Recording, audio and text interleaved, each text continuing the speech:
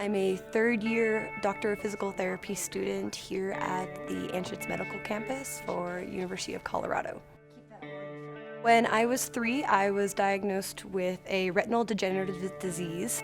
Basically what that means is the rods and cones of my retina die before they can be replaced. They die prematurely, so leading to gradual blindness.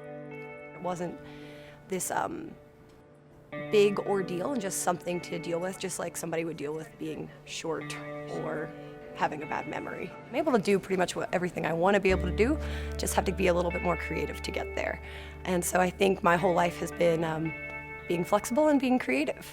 Hey Emily. How are you doing? Good to see you. Good to see you. How's everything? Going pretty well. I met Emily 2.5 years ago when she was admitted to our physical therapy school. And she's remarkable in terms of using technology. She's so technical in terms of using the adaptive technology. It's kind of fortunate that my condition was degenerative. I had a long time to prepare for it. So learning to read Braille before I actually lost my sight. Learning to use screen readers, which it's like listening to a robot all day, before I lost my sight. So I had a bit of an advantage, I would say.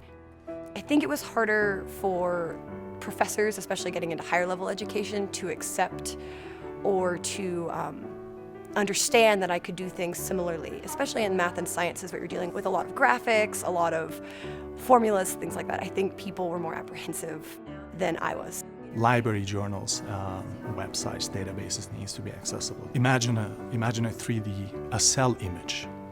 How would you access that? It's tricky when you're navigating the word accommodations because you define it as reasonable accommodation.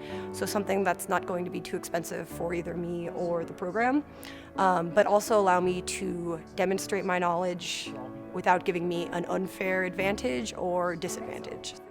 It's really a team effort, and faculty has the major role requesting these accessible products. I think a lot of times faculty who have not worked frequently with people with disabilities are apprehensive, not necessarily because they don't want to help, but they're not sure how to.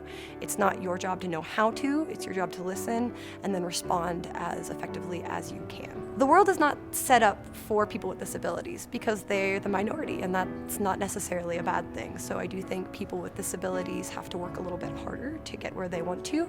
But beyond that, I don't think there's too much of a difference between me and my sighted peers.